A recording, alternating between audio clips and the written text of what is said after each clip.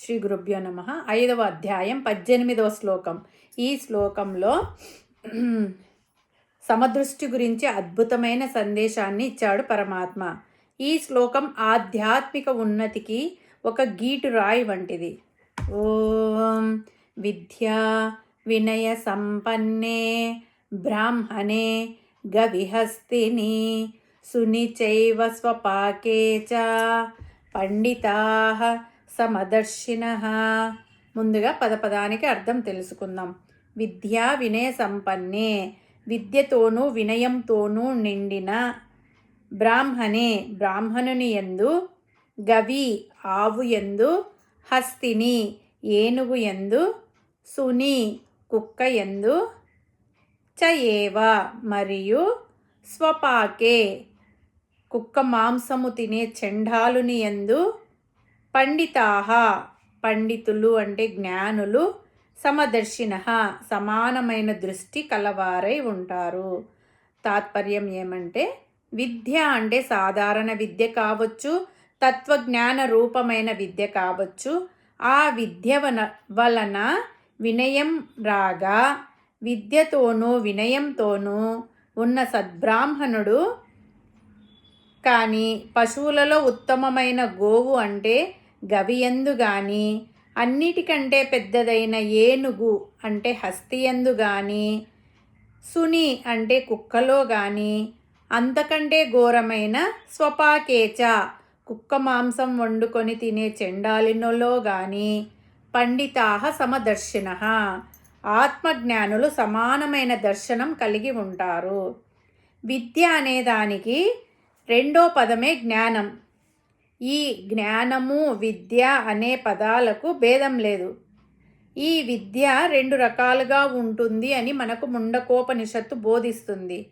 విద్యలో రెండు రకాలు, అవి పరావిద్య, అపరావిద్య. పరమాత్మను గురించి తెలుసుకోవడాన్ని పరావిద్య అంటారు.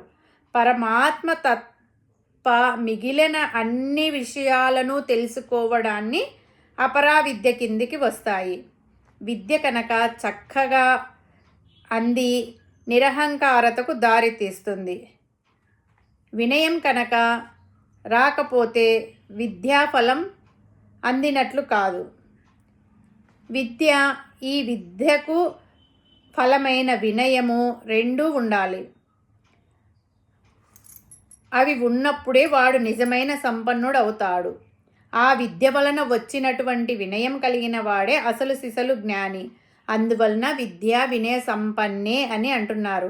సామాన్యంగా పండితుడు అంటే పాండిత్యాహ ప్రకర్ష సాహిత్య కౌశలము కలవాడని జనులు అనుకుంటుంటారు. కానీ ఇక్కడ వేదశాస్త్రాలు చదువుకొని జ్ఞాని అయిన వాడిని, ఏమీ తెలియని చెండాలుని, పవిత్రమైన గోవును, అడవిలో తిరిగే ఏనుగును, సర్వభక్షణ అయిన కుక్కను, వీటి అన్నింట్లో కూడా పరమాత్మ ఆత్మస్వరూపుడిగా వెలుగుతున్నాడు. కాబట్టి అన్నింటినీ సమంగా చూడాలి. అన్నీ ఆ పరమాత్మ స్వరూపాలే. ఒకరు ఎక్కువ మరొకరు తక్కువ కాదు. సృష్టిలో అన్ని జీవరాశులను సమానంగా ఆదరించేవాడు జ్ఞాని. అటువంటి వాడే పండితుడు. ఇట్టి సమదృష్టి కలవాడు చదువు రాకపోయినా మహాపండితుడే అవుతాడు. అది లేనివాడు ఎంతటి మహాపాండిత్యము కలిగి ఉన్నా పరమాత్మ దృష్టి యందు అజ్ఞానులే అవుతారు. మానవులలో సాధారణంగా కొందరికి దేహ దృష్టి అంటే పైపై వేషభాషలు చూస్తారు. కొందరు మనోదృష్టి అంటే వారి మనసు మంచిదా కాదా అని చూస్తారు. కొందరిలో ఆత్మదృష్టి అంటే అందరిలో ఆత్మస్వరూపుడైన పరమాత్మను చూస్తారు. మొదటి రకం వారు అధములు. వారికి దేహ సౌందర్యం ముఖ్యం. మనోదృష్టి కలవారు మధ్యములు. ఆత్మదృష్టి కలవారు ఉత్తములు. వీరు ఎటువంటి వారు అంటే అన్ని జీవరాశుల్లోనూ పరమాత్మను దర్శించేవారు, ఆత్మజ్ఞానం తెలిసినవారు. కాబట్టి అట్టివారు సమస్త ప్రాణి కోట్ల యందు సమభావము కలిగి ఉంటారు. మనలో ఎక్కువ మంది బాహ్య సౌందర్యానికే ప్రాధాన్యత ఇస్తే అతి తక్కువ మంది మానసిక సౌందర్యానికి విలువ ఇస్తారు. ఉత్తములైన వారు చాలా అరుదు. కాబట్టి అట్టి వారి గురించి పరమాత్మ ఈ శ్లోకంలో వివరించాడు. మనందరము ఆ స్థితికి చేరుకోవాలని ఈ శ్లోకంలో పరమాత్మ ఉపదేశించాడు. ప్రేమ అను దైవగుణము మానవులకే పరిమితం కాక జంతుజాలము పైన కూడా దానిని విస్తరింపచేయాలని ఈ శ్లోకం తెలుపుతున్నది. మానవత్వము గల మానవుడు తన ప్రేమను సమస్త జీవరాశుల మీద చూపించాలి. అది ఆదర్శ మానవుని యొక్క చిహ్నం. ఎప్పుడైతే మానవుడు బాహ్య సౌందర్యాన్ని కాకుండా అతనిలోని ఆత్మస్వరూపాన్ని చూస్తాడో అతడే జ్ఞాని. అటువంటి వాడు ఏ శాస్త్రము పురాణము చదవాల్సిన అవసరం లేదు. అన్నీ చదివిన భేదబుద్ధి కలవాడు మూర్ఖుడు కాని జ్ఞాని కాడు. కాబట్టి ముముక్షువైన వాడు భగవంతుడు తెలిపిన ఇట్టి విశాల ఆత్మ దృష్టిని అలవాటు చేసుకోవాలి.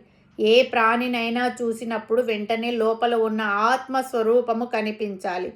అప్పుడే సర్వ ప్రాణి కోట్ల ఎడల పరిపూర్ణమగు దయ ఉదయించును. సర్వ మానవ సౌభ్రాతృత్వము మంచిదే కానీ అది చాలదు. ఇంకా ఒక మెట్టు పైకి పోయి సర్వాత్మ దృష్టిని అలవాటు చేసుకోవాలి. అంటే అన్ని ప్రాణుల యందు తన యొక్క ఆత్మనే చూడడానికి అభ్యాసం చేయాలి.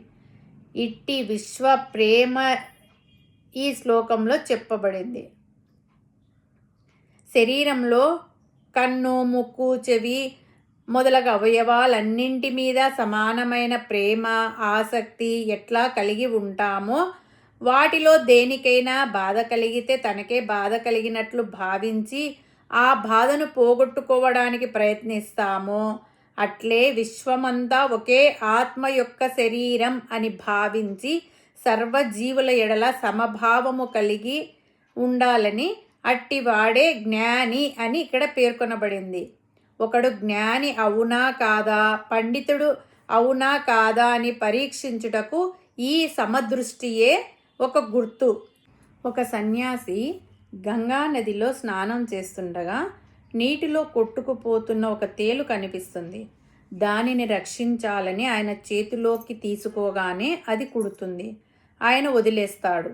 అది మళ్ళీ నీటిలో పడుతుంది. ఆయన మళ్ళీ తీస్తాడు. అది మళ్ళీ కుడుతుంది. పక్కన ఉన్న వ్యక్తి అది చూచి అడుగుతాడు, స్వామి, అది కుడుతున్నా ఎందుకు రక్షిస్తారు అని. అప్పుడు సన్యాసి చిరునవ్వుతో, కుట్టడం తేలు స్వభావం, రక్షించడం మనిషి స్వభావం. అది తన స్వభావాన్ని వదలనప్పుడు నా ధర్మాన్ని నేను ఎందుకు వదలాలి అంటాడు. అంటే అవతలి వారి రూపం లేదా ప్రవర్తన ఏదైనా మనలోని సమదృష్టిని కోల్పోకూడదని దీని అర్థం.